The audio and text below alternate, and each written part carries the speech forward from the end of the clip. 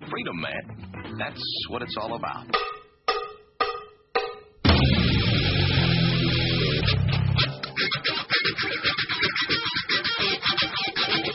You've got to groove on freedom, like the good book says.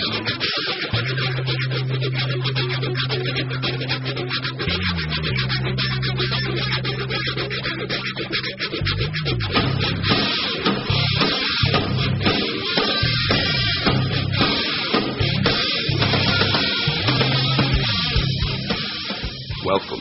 You are listening to What on Earth is Happening. This show will discuss the topics of human consciousness, mind control, natural law, the occult, and all issues that affect the freedom of the people of Earth.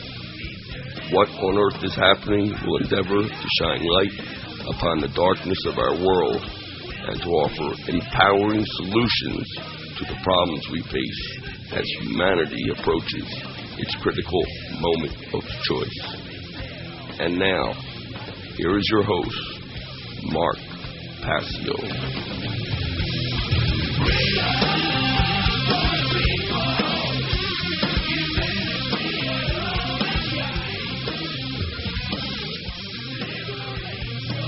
Freedom for the people, humanity, and all mankind. Liberate your soul and mind.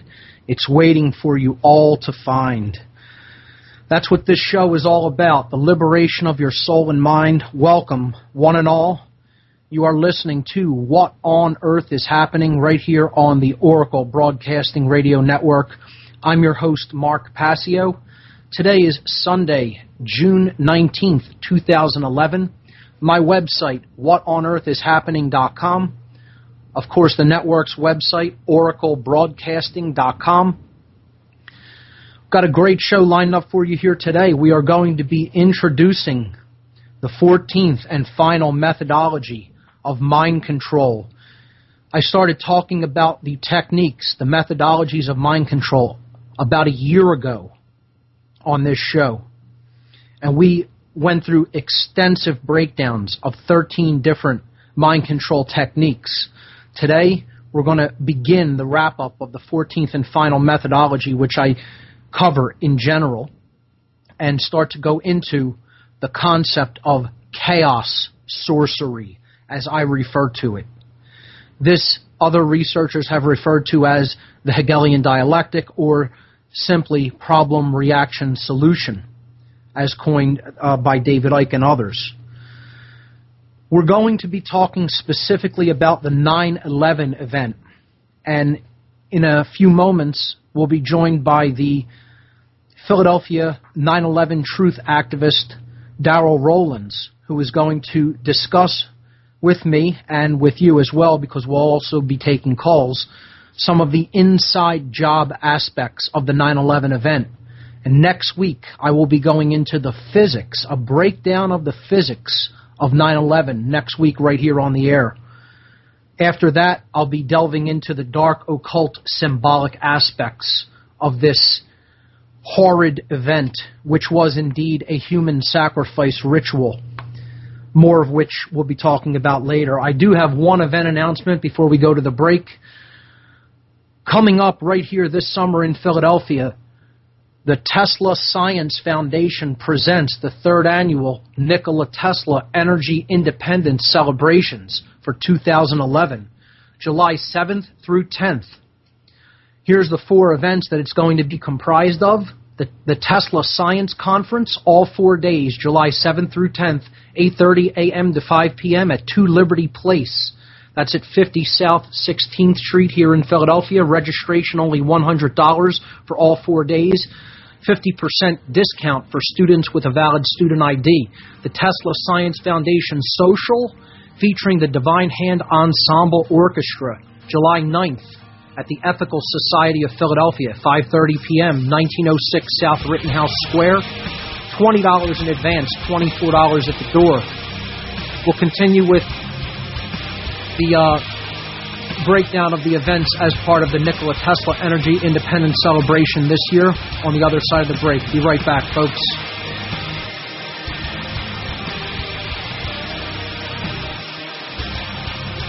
Passio, my website, whatonearthishappening.com. Let me just finish reading that last event announcement. The Nikola Tesla Energy Independence Celebrations for 2011. I read the first 2 parts of the event. The second 2 parts are going to consist of a Tesla birthday celebration featuring a Tesla coil exhibition on the night of July 9th, 11 p.m. to 1 a.m. Tesla was born on midnight between July 9th and 10th, 1856. That's going to be taking place, the Tesla birthday celebration, at Independence Visitor Center on Independence Mall, 5th and Market Streets here in Philadelphia, and that is free to attend. Finally, the Tesla Fest, featuring exhibitions and open discussions, will be taking place July 9th and 10th. On the 9th, they're all day from 10 a.m. to 11 p.m., and on the 10th from 11 a.m. to 3 p.m., also at the Independence Visitor Center at 5th and Market Streets, and that event is also free to attend. So if you're in the area of Philadelphia and you want to come on out, learn more about Nikola Tesla, what this great man tried to do, what he did in his life, and what he tried to do for us, but wasn't quite successful at it, which is why we have to make his dream for a free energy paradigm come to fruition by getting involved and spreading the knowledge and information and the covert science, the deep, blacklisted, and suppressed science that Tesla was all about. We have to bring that out to people who really don't know otherwise and think that this stuff isn't possible, or that, it just wasn't practical. This stuff has been being suppressed for over 100 years, and there's no reason for us to be stuck in the energy paradigm that we are for even a moment longer. So for more information about the Nikola Tesla Energy Independence celebrations coming up this July in Philadelphia, check out their website at teslasciencefoundation.org, a great group of activists that I'm honored to be working with here in Philadelphia. So our topic for today, before we get into that, let's give the call-in numbers. Call-in number for the show, 866-841-1065. Once again, the call-in number, 866-841-1065.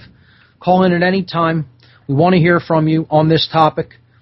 I know that most of the listeners who listen to this radio station have an inkling about what 9/11 was about. They know that it didn't go according to the official story as we're told by the so-called mainstream media, which are just completely complicit in these crimes. And not many people really know about the occult aspects of 9/11. That's something I'll be getting into on a future show. However, today we're going to focus strictly on the inside job aspects of this sacrifice ritual. Let's call it what it really was. And this is something I did not do in my presentations. So this is a divergence from what I normally do. I'm going to talk about this for one show. And then next week, as I said, I'll be getting into an actual breakdown of the physics. And this is going to be about as left-brained as it will ever get on what on earth is happening. So for the super scientifically oriented, left-brained individuals among us, you might want to tune in next week, because my background is in mechanical engineering, and I will be taking people through all of the physics equations necessary to understand that this event had more going on to it than met the eye. Okay? I'll be actually going into the physics equations, breaking them down, solving them, so that people can understand that the laws of physics could not possibly have been suspended 3 times in one day. The laws of nature do not work like that, ladies and gentlemen.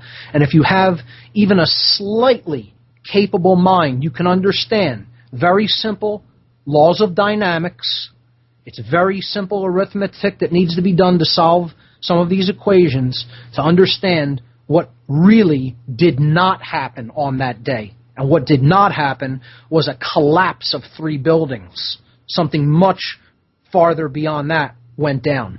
Okay? So next week, the physics breakdown of the 9/11 event, and like I said, that's about as left-brained as it will ever get on this show, and some may even find that boring, but we're going to do it just to document it. Okay?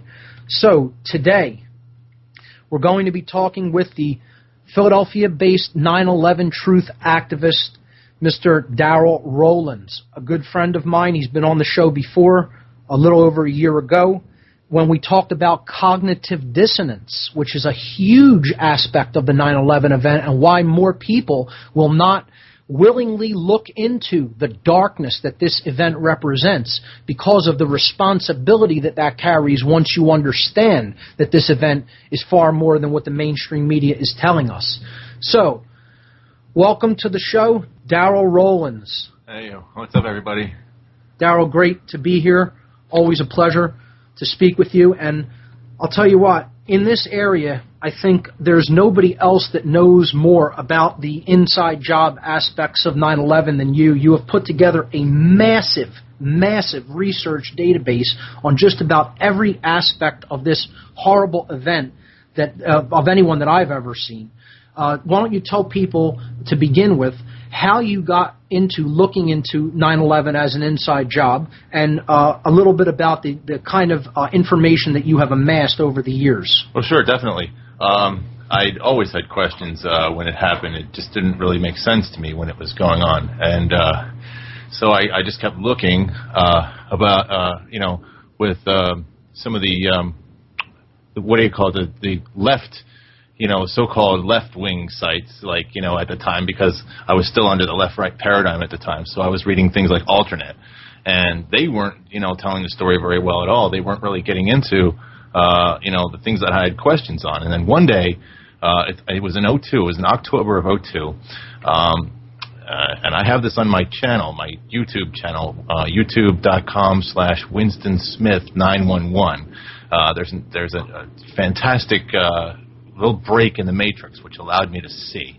And it was Connie Chung interviewing a guy named Amiri Baraka, who was the poet laureate of New Jersey. And he had written a poem about Israeli involvement in 9/11, Israeli spies being involved in the operation. And Connie Chung was, basically doing her best to try to paint him as an anti-Semite. And she grilled him, but he showed very, very, clearly that even Israeli media at the time in Haaretz had documented that there was Israeli spies that had been in the country and had the capability of documenting phone calls through Kalia, the wiretapping, and this was even exposed on Fox News a year ago, or a year earlier, in December of 2001, and it all clicked to me. And Darrell, I'd just like to mention the great documentary film Fabled Enemies covers a lot of the aspects of that event. I'll be providing a link for that in the podcast.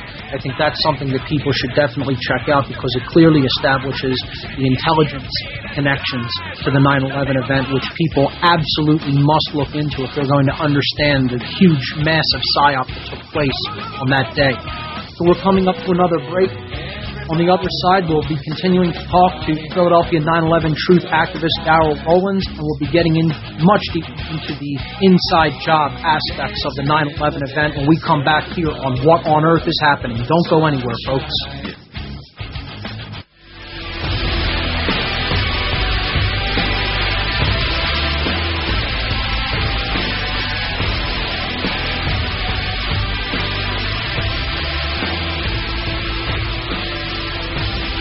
Welcome back, folks. This is What on Earth is Happening. I'm Mark Passio, my website, whatonearthishappening.com. Today we're talking with Darrell Rowlands, Philadelphia 9/11 truth activist, about the inside job